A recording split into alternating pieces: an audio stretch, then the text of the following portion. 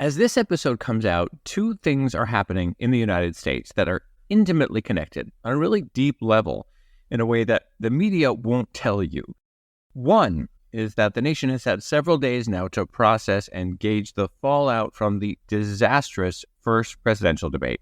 And the second is that it's July 4th time, a time for all Americans who believe in the nation's existence as a democracy to celebrate this so-called great experiment, a government of the people that people have fought and died for, and that people continue to fight for, because fighting for democracy is a battle for every generation. How are these two things connected? And what do they say about the media? Well, at the core of this is a key question. What does America stand for? Do we stand for truth? Because if we do, then how can it be that the bigger fallout from the debate is more about how Biden came across than the fact that Trump lied incessantly about so many things? Now, this is not a partisan take. People are so used to partisan thinking, having overtaken dialogue about so many things these days, that it can be hard to recognize a commitment to truth. So let me tell you this. This has nothing to do with parties. Donald Trump was probably just as much of a liar when he was a registered Democrat. And people who listen to this show know I have no problem calling out people on the left for lies and the media for platforming those lies. The bigger scandal of the first presidential debate should be that a former president who's now running for a second term is so delusional that he says all this crazy false stuff.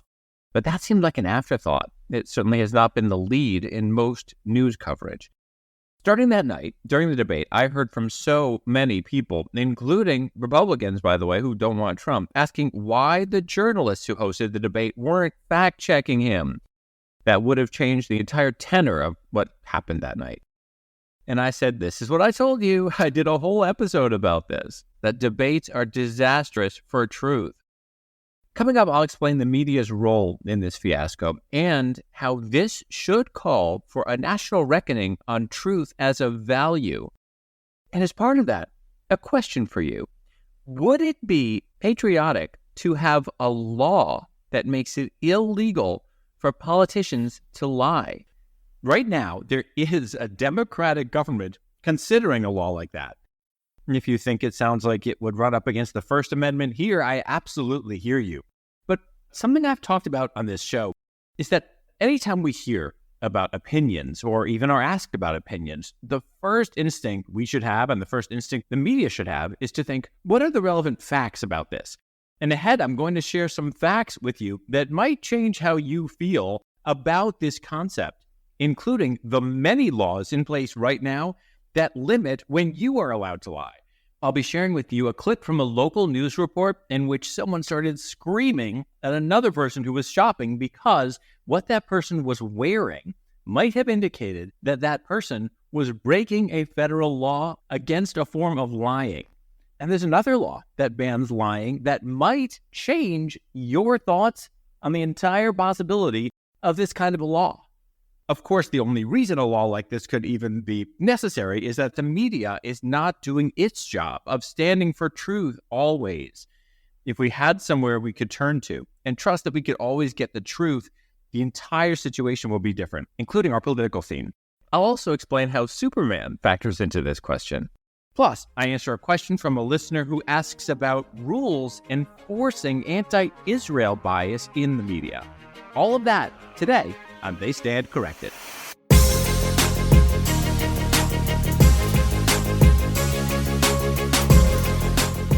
Hello and welcome. I'm Josh Libbs. This is my podcast, They Stand Corrected. I want to welcome our new listeners. We've had a bunch of new people join us lately. Thank you. As this episode comes out, it is July 4th time, Independence Day here in the United States.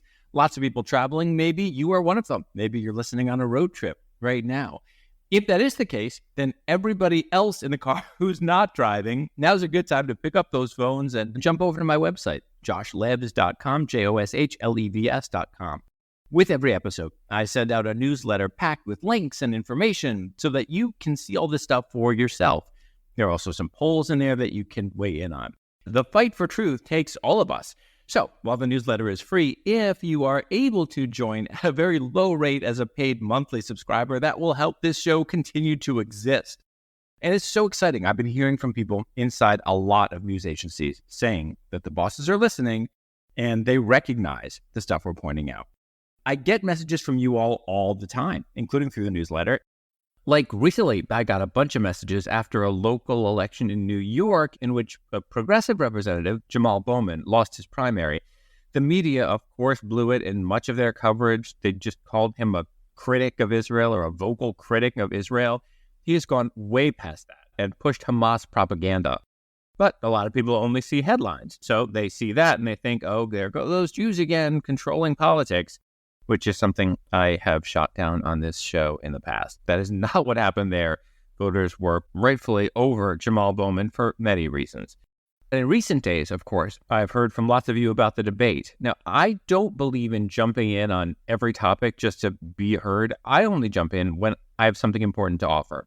And on this I do, because what this says about the media gets at a fundamental question of American values. Here's the big picture reality of the debate. Yes, Biden seemed feeble in a way that we're not used to seeing. And Donald Trump lied so incredibly much, you can't even keep up with all the lies. So there is an irony here that seems to be lost in the media coverage. The guy who everyone says seemed old and out of it had a much firmer grip on reality than the guy who people say seemed more energetic, more with it. Which is the bigger concern for us as a nation? I know a lot of people are scared of a second Trump term and they want a candidate who can fight against Trump. Biden absolutely blew it in this debate. No question. That happened. And concerns about him are legitimate. Questions about what should happen next, what's the right thing to have happen now, those are matters of opinion. But here's a fact. The structure of these debates rewards lying. Journalists just sit there while a candidate lies and they do nothing. That scenario is kid in a candy store for Trump. That's like his dream. So yes, if the hosts had fact-checked, then the experience would have been different. And while afterward there were calls for Biden to step down, how are there not calls on the right for Trump to step down? Because so many people in this country are completely fine with all that lying. It is up to the media to pierce through that at all times, for all candidates on all sides, to stand for truth always. Yes, there are fact checks done afterward by various news agencies, but there's no reason to believe that anyone who watched any part of the debate will ever see or hear those fact checks. That's why, if these debates are going to even happen, journalists should not host them. Just by being there and presenting questions, they give them a false sense of legitimacy. The entire news industry should use its voice to say, since we cannot ensure truth at these things, we will not take part in them. Instead, we will cover them and give you the truth. That's the role of the media. Since the debate, some prominent officials and some journalists have been asking, why didn't the hosts, Jake Tapper and Dana Bash, fact check? Well, that virtually never happens in debates. This is how TV news networks have set it up. Here's what's wild, though. There's a Washington Post article with the headline, Why CNN's Debate Moderators Didn't Fact Check the Candidates. In there's this line. It says CNN's political director, David Chalian, left open the possibility of fact-checking, quote, if there is some egregious mistruth put forward, end quote, but the moderators chose not to. What the hell? There were tons of egregious mistruths. I told you in the previous episode, it's like a firefighter goes up on stage and then invites arsonists to come up and start all the fires they want, and the firefighter just sits there. I could not sit there when egregious mistruths like these are spoken. I'll share two of these egregious mistruths, partly because it'll be such a sign that this is not about politics. Here's the first one. He's the one that killed people with the bad water, including hundreds of thousands of people dying and also killing our citizens when they come in. What? Who are these hundreds of thousands of people he thinks he's talking about? How can any journalist be in the same room as a presidential candidate who is saying something like this? Meanwhile, pointing to times in which people who are here illegally do something horrible, commit a crime, kill people, that is a political trope that certain politicians love to use, and you can see why. Figures show that people here illegally are less likely than average to commit crimes, which makes sense. They don't want to be found by police. And while it is awful that someone here illegally could kill someone, it's also the case that there are people here illegally who save lives. Some of them are firefighters, guards, surgeons, just people living their lives, driving through town when they see something happening and save someone's life. Those stories exist too.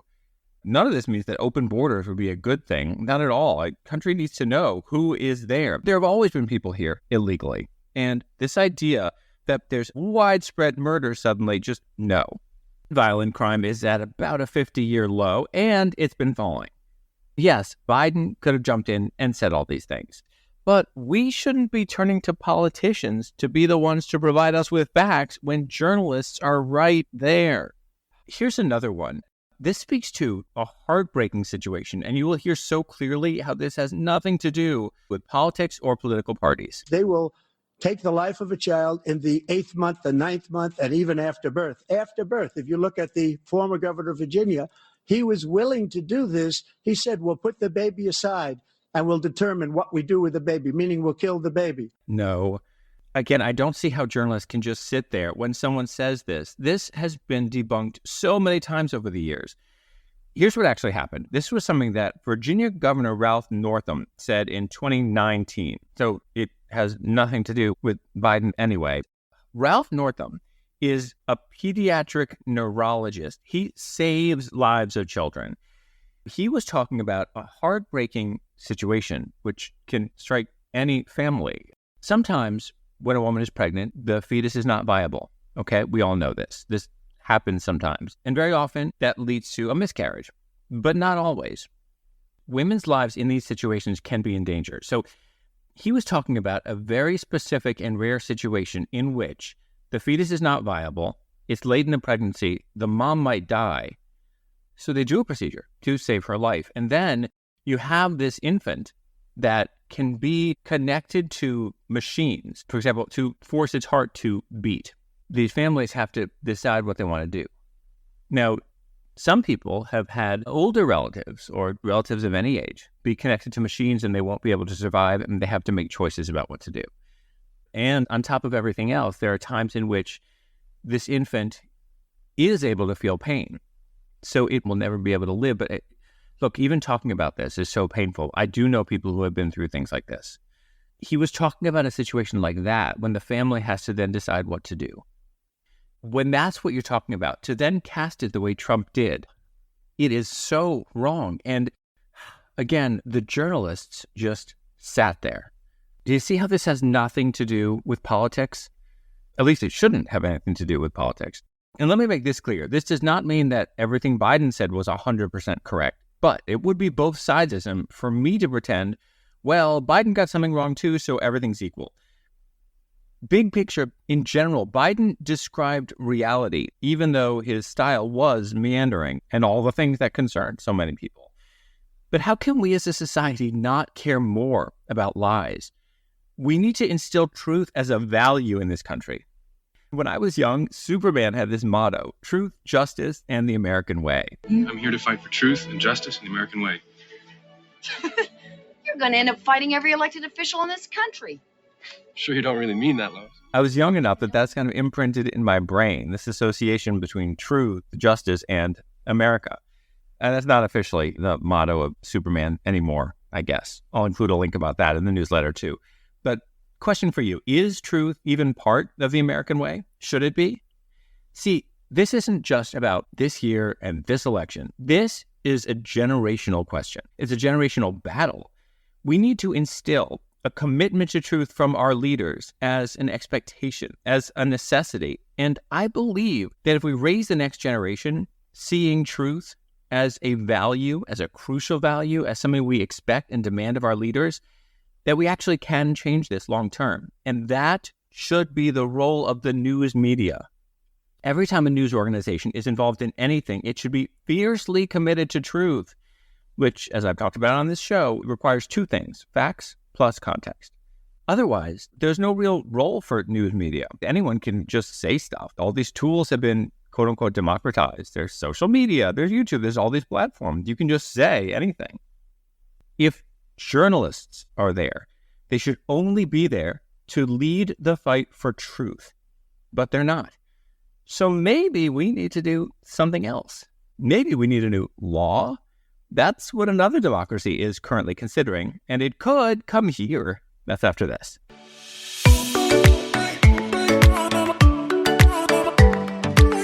Five stars for this show on Apple Podcasts and Spotify. Wow, thank you to everyone who has been rating this show on platforms that have rating.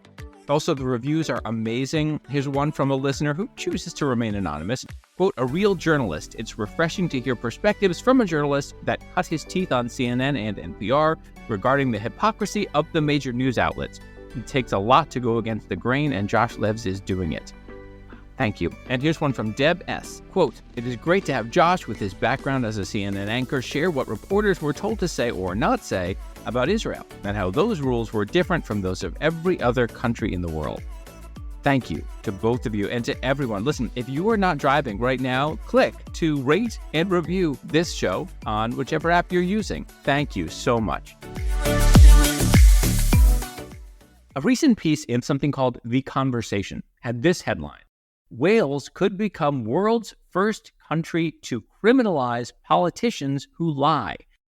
Here's a little clip from the audio version. Under the proposals, it would be a criminal offence for a member of the Senedd or a candidate for election to the Senedd to willfully, or with intent to mislead, make or publish a statement that is known to be false or deceptive.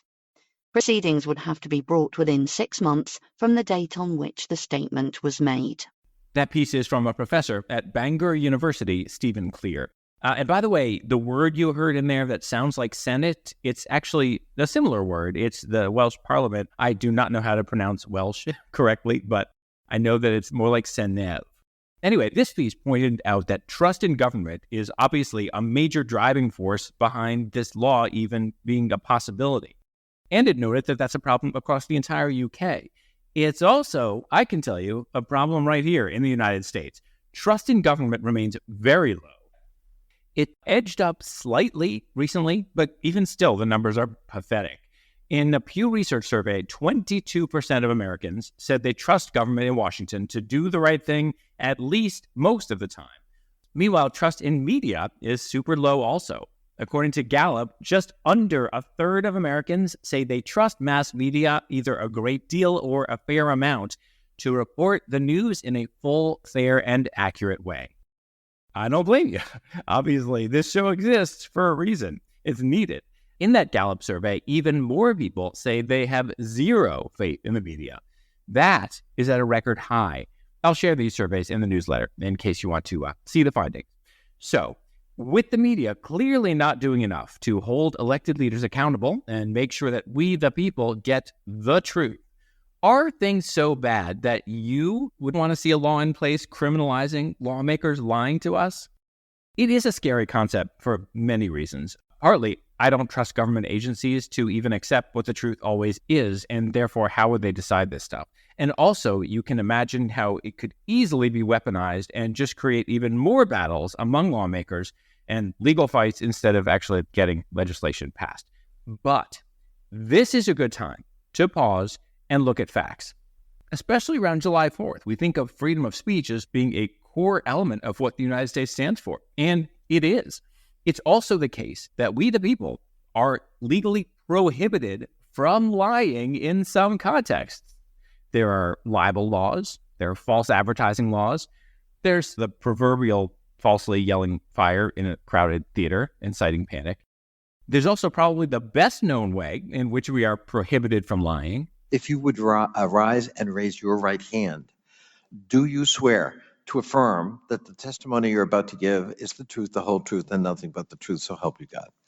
Let the record show the witness answered in the affirmative, and I thank you so much. What you just heard there was a congressional hearing with a witness being sworn in.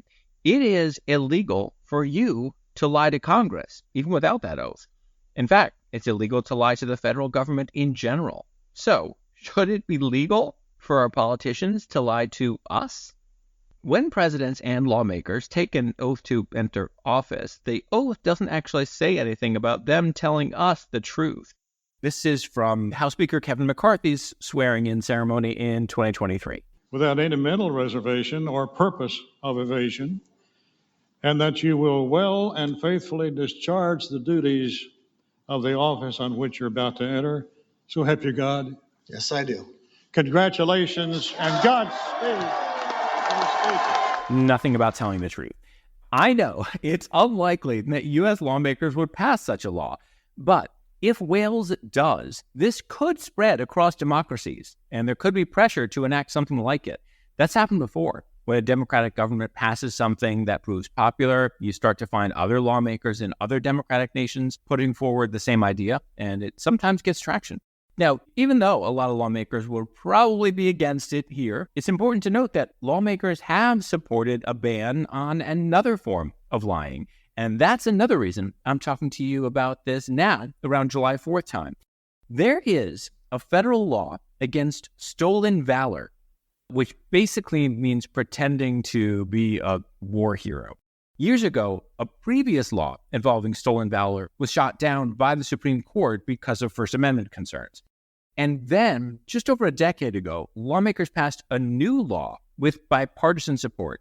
Here's Representative Doug Collins, a Republican. The court did find that where false claims are made to effect a fraud or secure monies or other valuable considerations, say offers of employment, it was well established that the government may restrict speech without affronting the First Amendment.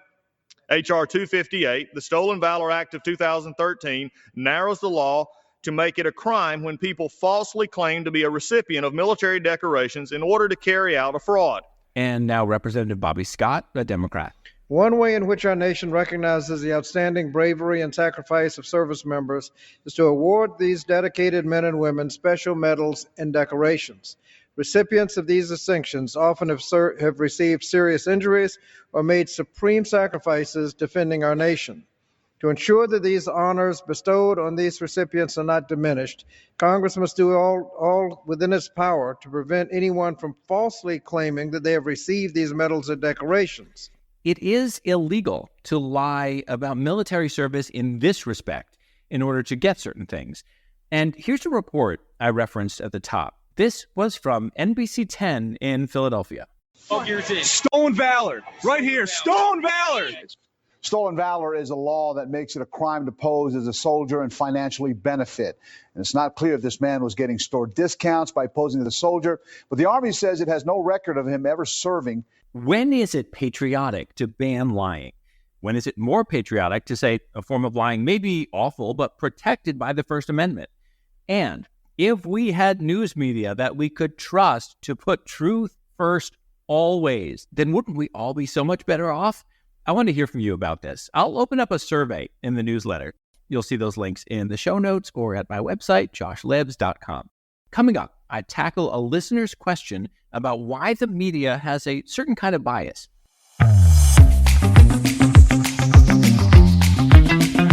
Support comes from Nextiva, the largest privately held business communications company in North America.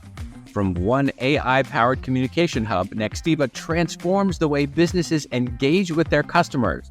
The company's commitment to amazing service and a customer-focused approach has been its cornerstone for 15 years. Discover more at nextiva.com. I get lots of questions from listeners. Here's one. Hi, Josh. This is Michelle from Rockville, Maryland. Your show is fantastic, and it really sheds light on a lot of things, including the media bias against Israel in particular. And you mentioned that rules exist in the media about this. I'd like to know why these rules exist, especially throughout the history. It sounds like these rules have been in place for a number of years, so I'd love to know the whole story of why those rules exist in the media. Thanks for everything you do. If you have not heard earlier episodes of this show, then you might be confused by that question. I encourage you to go back to the earliest episodes because I talked through the rules that require anti-Israel bias. This is what a lot of people don't realize in the way that the media is structured. There are rules, usually referred to as standards and practices, that enforce anti-Israel bias. And that's not a question or an opinion. These rules factually exist. A lot of people in the media like to pretend they don't exist, but they're right there. So Michelle's asking me to talk a little more about why these rules are there.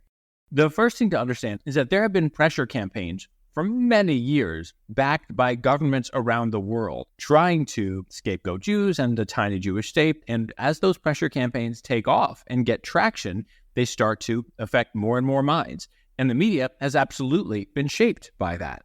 And there are people who support the creation of a new Islamist empire. They have figured out that there are certain institutions they should infiltrate. Those include universities, progressive groups, and mainstream media. So there are people, and I've worked with some, inside mainstream news outlets who actually support the creation of a new Islamist empire. They don't support democracy, but they have learned to speak the language of the media and often to speak the language of progressives in order to work their way up into positions of power, and then they influence the way that things go. And it's not like when you become a reporter, you suddenly get a crash course in facts and history. A ton of stuff in general is not fact-checked. People repeat what they've heard in the past. These things work cyclically. So when there are reports that are biased, and those reports are published or aired, other people in that news outlet see, okay, this is the kind of thing that we are expected to say, and then they say the same thing, and then it just reinforces over time. But there's also one more thing that I'll point out today that I haven't gotten a chance to talk about in previous episodes. There are people who argue the opposite, who argue that the media is too, quote unquote, pro-Israel. And there is a strategic reason that they are doing that. It's obviously ridiculous. If you listen to my episodes, you will hear the rules. I mean, rewriting what it is to use the word occupation, refusing to use the word terrorism when it comes to attacks on Israelis, but using it everywhere else. Falsely deciding that Israel has somehow officially violated international law in the West Bank. All of these things are rules that are anti-Israel. But there are people complaining the opposite. Why? Because they have figured something out. If they complain that it's somehow too pro-Israel, and they do so really loudly, then executives start to think, oh, well, I'm getting complaints from both sides, so we must be doing something right. They don't actually stop and look at the facts. That's where the show comes in. You know, there are a lot of well-meaning groups out there that have been working to push against anti-Israel bias in the media. But unfortunately, so much of what they talk about lands on deaf ears because they talk about subjective things like narrative and opinions and story framing and all that. Those things matter, but news executives don't listen because they know that they make subjective choices every day. And it's just so easy for them to say, oh, yeah, well, here's a story that we did where we interviewed Israelis. So therefore, our hands are clean. That's why those of us who care about this bias need to fight it in a whole new way. We need to focus on the rules that I have talked about on this show. And in the newsletter, each week, I offer you text that you can send to news outlets anytime you see any of the forms of bias or false reporting that I point to in this show. I give you specific suggestions about who to reach and what to tell them that will actually make a difference. And I kid you not, something very impactful you can do is share this show. I hear from people inside news agencies that their bosses know about this show and are starting to get nervous, but that they're hoping that it won't reach critical mass. They're hoping that there won't be enough people paying attention to it, that they have to actually do anything about the many problems that this show exposes on all fronts. So when leaders in news agencies see that this show is reaching a lot of people, well, then they're going to get more scared and start to really make change. This is what I hear from people on the inside, some of whom are ones sending me things that I end up sharing with you on this show. All right, enough about that for today. Around the world and here at home, there is a fight underway to protect democracy. It's a crucial fight of our time. To have a strong democracy, you have to have a strong free press that does its job. The fight for truth in media is a crucial act of patriotism. There is no justice without truth. To those of you who are celebrating around now, happy July 4th. But hey, you might be listening anywhere in the world at any time. So hello to you too. Thank you so much for joining us. I'll talk to you next week.